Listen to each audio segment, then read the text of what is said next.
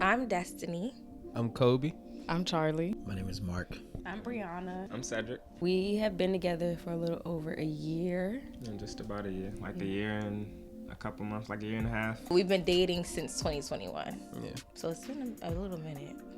We've been together since 2015. We got married in 2019. Very true.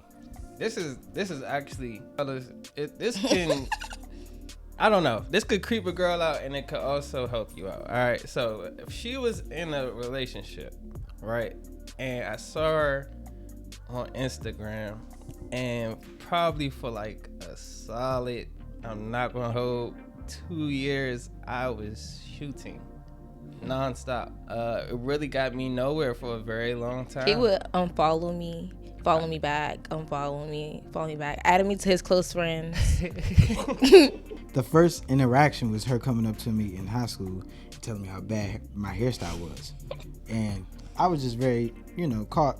It caught me because I'm like, what? He follows me again out of nowhere. And I was fresh out of a relationship. I posted some on my story. He liked my story. And then he said, you said you should text me, and left his number. I was like, I never had a boy just say that to me before. I was like, who does this boy think he is? Because he would I don't know this boy at all, and he would FaceTime me literally out the random, and I'm like, who is calling me? Like, what in the world? I was in North Carolina with my friends. From that point, I just put the mackin on and won her heart over, and Okay. it was easy, just like that. Boy, no, it was not. Mutual friend. Yeah, we had a mutual friend.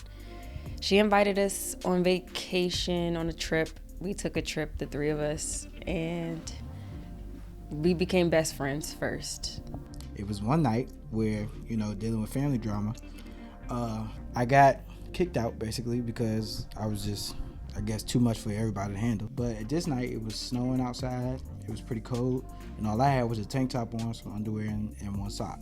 No exaggeration. Then I'm passing her house. She doesn't even know me. At this point, she don't know me. So I'm just running outside, and then Shawty literally just looks out the window and says, "Hey!" I say, "What?"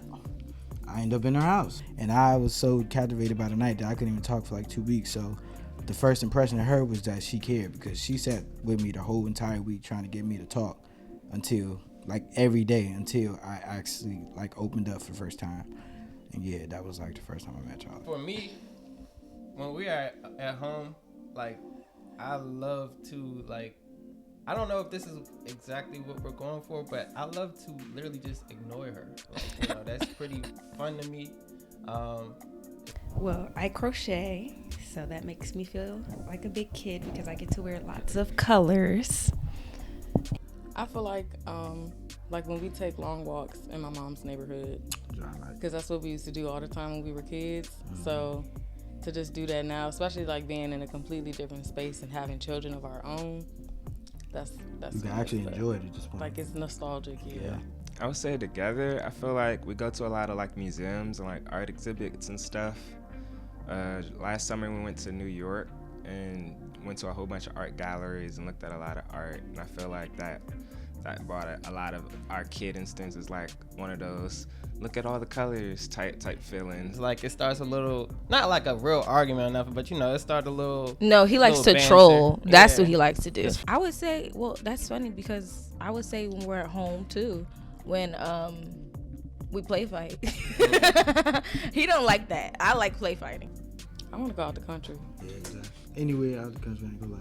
Yeah. I think we both really want to go to Cuba right now, because I looked it up and I was just like, Cuba's hard. Hawaii, I grew up on Lilo and Stitch. I've been wanting to go to Hawaii ever since the Lilo fed the fish the peanut butter sandwich, man. I really want to go visit New Orleans locally. Like, that's a big spot that I really feel like I really enjoy. Another Disney movie, because Tiana makes it look really pretty, and I want to just go. I want to go to Paris, and I want to go to Japan. And I think that would be really fun with Kobe, because he likes, we're both into like fashion and clothing, and Paris is really, a perfect place for that, in Japan too. So those are the two places I really want to go with Kobe. I think we will have a blast. By force. I try my hardest to just communicate at this point. because I don't be knowing what I'm feeling in the moments. I just be lost in my own emotions. So just to say something, she ended up saying something that's gonna help it. And communicate in a way that is not going to be offensive. You have to try to know your partner too, and know their triggers and stuff. Especially when you're dealing with somebody that has a lot of past trauma, it's important to prioritize safety in the conversations. Point. You just gotta open up the opportunity to talk and do it, and then be vulnerable. Speaking your feelings is the answer. And understanding that when somebody is telling their emotions and trying to be vulnerable with you, it's not your opportunity to then tell your emotions and go back and forth. Listening and just being patient is the main steps towards super mutual. As in the fact that any problems that arise within our relationship, it's never me versus him. Y'all are on the same team. To be honest, like, yeah, it's not you against them, it's both of you guys versus the problem. I learned from Kobe to not take everything too seriously. Cause I had my own like life traumas and stuff. I had daddy issues, and I was real bad bitter. What do you mean relax? Look around you. There's no time for that. he teaches me all the time that stuff probably isn't that big of a deal sometimes. So it's like hand in hand. Like maybe sometimes he's too lax. Sometimes I'm too like, overwhelmed. And sometimes it's like hard to pick and choose which ones matter and which ones don't. So he helps me with that.